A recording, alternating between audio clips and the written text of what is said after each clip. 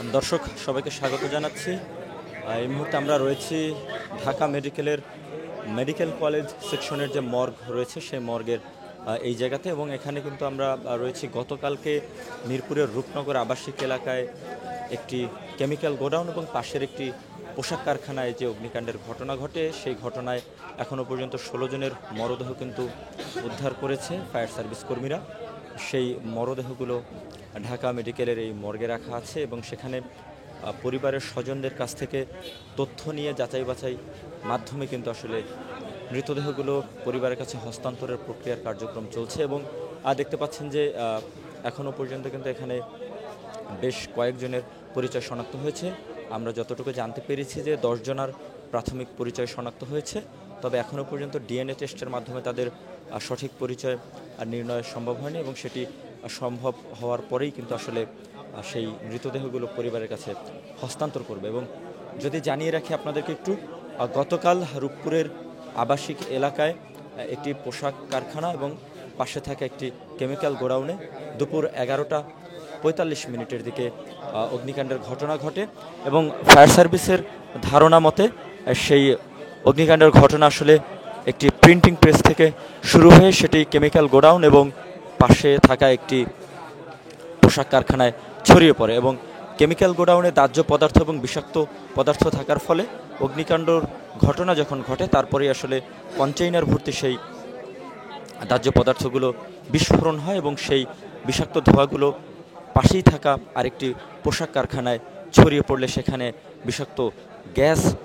এবং সেই গ্যাস সম্বলিত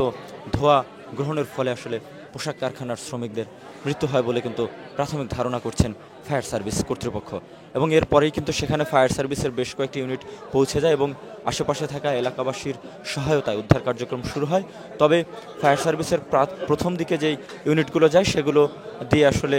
উদ্ধার কাজ পরিপূর্ণভাবে সম্ভব না হলে পরবর্তীতে কিন্তু ঢাকা শহরের মোট 4টি স্টেশন থেকে সর্বমোট 12টি ইউনিট কিন্তু ঘটনাস্থলে পৌঁছায় এবং তারা সেখানে উদ্ধার কাজ চালিয়ে যায়। এবং সন্ধ্যা 6টা নাগাদ সেই পোশাক কারখানা থেকে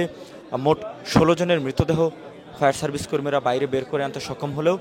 যেই আলম কেমিক্যালের যে গোডাউনটা ছিল সেই গোডাউন থেকে আসলে কোনো মৃতদেহ বের করতে তখনও পারেনি, কারণ তখনও পর্যন্ত কিন্তু সেই গোডাউনের আগুন নির্বাপন পুরোপুরিভাবে সম্ভব হয়নি, যার ফলে সন্ধ্যা 7:30টা নাগাদ যে প্রেস ব্রিফিংটা আসলে ফায়ার সার্ভিসের পক্ষ থেকে করা হয় সেখানে কিন্তু মোট 16 জনের মৃত্যুর সংবাদ কিন্তু তারা নিশ্চিত করে, এবং সেই লাশগুলো তাৎক্ষণিকভাবেই ঢাকা মেডিকেলের মর্গে পাঠানো হয় এবং সেখান থেকেই কিন্তু আনুষ্ঠানিকভাবে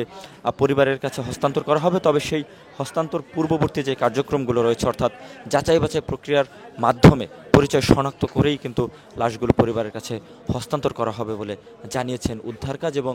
আইন শৃঙ্খলার সাথে সংশ্লিষ্ট কর্তৃপক্ষ। এবং এখনও পর্যন্ত কিন্তু ঢাকা মেডিকেলের যে কলেজ সেকশন, সেই কলেজ সেকশনের মর্গে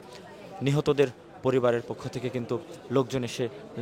হাজির হয়েছেন এবং তারা কিন্তু প্রাথমিক তথ্য প্রদানের মাধ্যমে কিন্তু তাদের কাছ থেকে তথ্য সংগ্রহের পরে কিন্তু সর্বমোট 10 জনের প্রাথমিক পরিচয় শনাক্ত করা গেছে। এবং যেমনটি দেখছেন যে এখানে কিন্তু আসলে একটি শোক সন্তপ্ত পরিবেশের সৃষ্টি হয়েছে এবং পরিবারের সদস্যরা কিন্তু অপেক্ষা করছেন যে কখন আসলে তাদের স্বজনদের মৃতদেহটা তারা ফিরে পাবেন। এবং এই মর্মান্তিক ঘটনার পরে কিন্তু সেখানে এখনও পর্যন্ত 16 জনের মৃতদেহ উদ্ধারের খবর নিশ্চিত করা গেছে এবং থেকে থেকে কিন্তু সেই কেমিক্যাল গোডাউন থেকে ধোঁয়ার কুণ্ডলি বের হচ্ছে, অর্থাৎ এখনও পর্যন্ত কিন্তু সেই জায়গাটিতে আগুন পুরোপুরি নিয়ন্ত্রণে আসেনি। এবং এই কেমিক্যাল গোডাউনের ঠিক কতজনের হতাহতের ঘটনা ঘটেছে সেটি কিন্তু এখনও আনুষ্ঠানিকভাবে জানানো হয়নি। এবং আপনারা এই মুহূর্তে যারা এই সংবাদটি দেখছেন সেই সংবাদটি দেখা পর্যন্ত আমাদের কাছে যে প্রাপ্ত সংবাদ, সেই সংবাদ অনুযায়ী সর্বমোট 16 জনের মৃত্যুর খবর নিশ্চিত করেছে কর্তৃপক্ষ এবং 8 জন দগ্ধ অবস্থায় কিন্তু চিকিৎসাধীন রয়েছে এখনও। এবং এই 16 জনের মধ্য থেকে মোট 10 জনের প্রাথমিক পরিচয় শনাক্তর পরে কিন্তু তাদের পরিবারের কাছ থেকে নিশ্চিত তথ্য পাওয়া গেছে এবং ফরেনসিক ডিএনএ টেস্টের মাধ্যমে সেই মৃতদেহগুলোর একদম নিশ্চিত পরিচয় শনাক্তের পরেই কিন্তু সেগুলো আনুষ্ঠানিকভাবে পরিবারের কাছে হস্তান্তর করবে ঢাকা মেডিকেল কর্তৃপক্ষ। দর্শক, এই ছিল যায় দিনের কাছে পাওয়া গতকাল মিরপুরের রূপপুর আবাসিক এলাকায় যে মর্মান্তিক অগ্নিকাণ্ডের ঘটনা ঘটেছে, সেই ঘটনায় মৃতদেহ হস্তান্তরের সর্বশেষ সংবাদ।